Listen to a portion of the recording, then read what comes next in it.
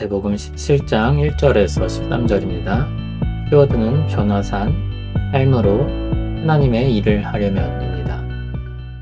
엿새 후에 예수께서 베드로와 야고보와 그 형제 요한을 데리시고 따로 높은 산에 올라가셨더니 그들 앞에서 변형되사 그 얼굴이 해같이 빛나며 옷이 빛과 같이 희어졌더라. 그때 모세와 엘리야가 예수와 더불어 말하는 것이 그들에게 보이거늘 베드로가 예수께 여쭈어 이르되 주여 우리가 여기 있는 것이 좋사오니 만일 주께서 원하시면 내가 여기서 초막 셋을 짓되 하나는 주님을 위하여 하나는 모세를 위하여 하나는 엘리야를 위하여 하리이다. 말할 때 호련히 빛난 구름이 그들을 덮으며 구름 속에서 소리가 나서 이르시되 이는 내 사랑하는 아들이요 내 기뻐하는 자니 너희는 그의 말을 들으라 하시는지라. 제자들이 듣고 엎드려 심히 두려워하니 예수께서 나와 그들에게 손을 대시며 이르시되 일어나라 두려워하지 말라 하시니 제자들이 눈을 들고 보매 오직 예수 외에는 아무도 보이지 아니하더라. 그들이 산에서 내려올 때 예수께서 명하여 이르시되 인자가 죽은 자 가운데서 살아나기 전에는 본 것을 아무에게도 이르지 말라 하시니 제자들이 물어 이르되 그러면 어찌하여 서기관들이 엘리야가 먼저 와야 하리라 하나이까. 예수께서 대답하여 이르시되 엘리야가 과연 먼저 와서 모든 일을 회복하리라. 내가 너희에게 말하노니 엘리야가 이미 왔으되 사람들이 알지 못하고 임의로 대우하였도다. 인자도 이와 같이 그들에게 고난을 받으리라 하시니 그제서야 제자들이 예수께서 말씀하신 것이 세례 요한인 줄 깨달으니라. 아멘. 주님께서 베드로와 야고보와 요한을 데리고 높은 산으로 올라가셨습니다. 그들 앞에서 주님이 변형되셨는데 얼굴은 해같이 빛나고 옷은 빛과 같이 희어졌습니다. 놀라운 일은 그것만이 아니었습니다. 모세와 엘리야가 예수님과 대화하고 새 제자들은 그 광경을 지켜보게 되었습니다. 모세와 엘리야는 구약의 대표적인 인물입니다. 또 특별한 의미를 가지고 있기도 합니다. 모세는 율법을 수여받아 전했던 사람입니다. 엘리야는 선지자의 대표격인 사람입니다. 주님이 구약에 대해 말씀하실 때 율법과 선지자라고 칭하셨습니다. 모세와 엘리야는 구약 전체를 상징하는 인물인 것입니다. 구약 전체가 예수님에게로 와서 이야기하고 있는 것입니다. 베드로는 그 황홀한 광경에 감격하여 주님께 초막 셋을 짓고 여기 머물러 살자고 했습니다. 그때 하늘에서 빛난 구름이 그들을 덮고 구름 속에서 말씀이 있었습니다. 이는 내 사랑하는 아들이요 내 기뻐하는 자니 너희는 그의 말을 들으라. 주님이 세례 받으실 때 하셨던 말씀이 제자들에게 다시 주어집니다.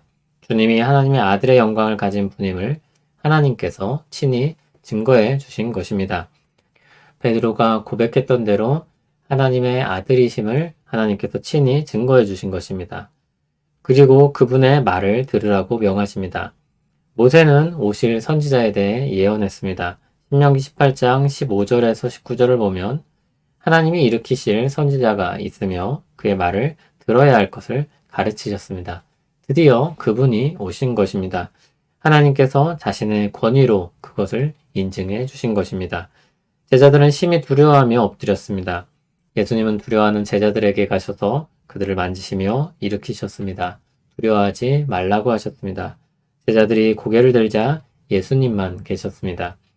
산에서 예수님과 제자들이 다시 내려옵니다. 예수님은 제자들에게 영광스럽게 변했던 일을 말하지 말도록 당부하셨습니다. 예수님이 메시아이신 증거를 아직 때가 이르지 않았기 때문에 감추신 것입니다.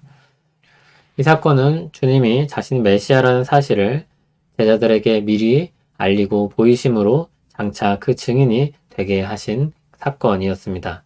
제자들은 질문합니다. 어찌하여 서기관들이 엘리야가 먼저 와야 하리라 하고 말합니까? 말라기 4장 5절 6절을 보면 여호와의 크고 두려운 날이 이르기 전에 선지자 엘리야를 보내신다고 했습니다. 그는 아버지의 마음을 자녀에게로 돌이키게 하고 자녀들의 마음을 그들의 아버지에게로 돌이키게 하는 하나님의 일을 감당할 것이라고 예언되었습니다. 유대인들은 이 엘리야와 같은 선지자들을 기다렸습니다. 서기관들은 아직 그 엘리야와 같은 선지자를 기다리고 있으며 그것에 대해 가르치고 있었습니다. 제자들은 그들의 가르침을 어떻게 이해해야 하는지 물은 것입니다. 주님의 대답이 무엇입니까? 그 엘리야가 이미 와서 자기 사역을 했다는 것입니다. 그는 세례 요한이었습니다. 그런데 유대인들이 그것을 알지 못하고 임의로 그를 대우했던 것입니다. 이 말씀은 이제 예고된 엘리야의 일이 끝났고 메시아이신 주님의 일이 이루어질 것을 이야기하는 것이기도 했습니다. 주님께서 자신의 고난과 죽으심에 대해 예고하셨고 부활에 대해 말씀하셨습니다. 그리고 부활의 영광을 미리 보여주십니다. 놀라운 방식으로 그 영광을 나타내시고 하나님께서 친히 예수님이 메시아이심을 인증해 주십니다. 그러면서도 그 영광스러운 자리에 머무르게 하지는 않으십니다. 이루셔야 할 일이 있기 때문입니다. 가야 할 십자가의 길이 남아있기 때문입니다. 주님은 마음에 믿음을 선물로 주시고 새 생명을 가진 자로 살게 하십니다. 다양한 방식으로 우리에게 찾아오셔서 믿음의 삶을 시작하게 하십니다. 그 시작이 종종 아주 뜨겁고 빛나는 방식으로 출발하기도 합니다. 그러나 거기에 머무르지 않게 하시고 자신의 삶으로 돌아와 새로운 삶을 시작하게 하십니다. 그 길 끝에 영광스러운 부활이 있을 것입니다. 그 소망을 가졌지만 지금은 자기 십자가를 지고 가는 삶을 살아야 합니다. 주님이 제자들에게 특별한 경험을 하게 하셨음에도 자기 십자가를 지는 삶으로 돌려보냈던 것과 같습니다. 그리고 주님이 먼저 그분의 십자가를 지고 골고다를 향해 가셨습니다. 신앙은 그 삶으로 돌아가는 것입니다. 말씀을 잘 배우고 익히는 것이 중요합니다. 특별한 은혜를 입는 것도 좋은 것입니다. 그러나 거기에 머물러 있으면 안 됩니다. 자기 삶에서 하나님의 뜻을 따라 살아가는 삶으로 한 걸음 더 내디뎌야 합니다. 거기에는 여러 시도와 수고와 시행착오들이 있을 것입니다. 간단히 말해 고난이 있을 것입니다. 그러나 잊지 말아야 할 것은 그 길은 주님이 함께 하시는 길이며 결국 영광스러운 부활의 나를 향해 가는 것이라는 것을 기억해야 할 것입니다. 주님은 어려운 날들을 견디게 하실 것입니다. 모든 시간을 소망을 가진 자로 살게 하실 것입니다. 약한 날엔 하나님의 강함을 드러내실 것이고 복 주실 날엔 찬양하며 기뻐하게 하실 것입니다. 감당할 수 없는 시험이 닥쳐올 땐 피하게 하실 것입니다. 그 하나님께서 우리를 우리 현실로 돌아가게 하십니다.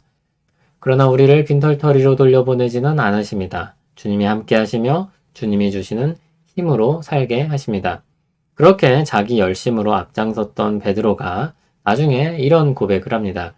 만일 누가 말하려면 하나님의 말씀을 하는 것 같이 하고 누가 봉사하려면 하나님이 공급하시는 힘으로 하는 것 같이 하라.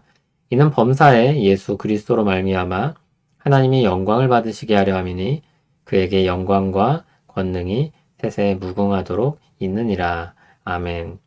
이 말씀을 우리도 믿음으로 고백하며 우리의 삶으로 돌아가기를 소원합니다. 우리를 주 안에서 새롭게 하시고 우리 삶을 빛나게 하시는 주님을 찬송합니다. 주 안에서 우리는 영광스럽게 살게 됨을 고백합니다.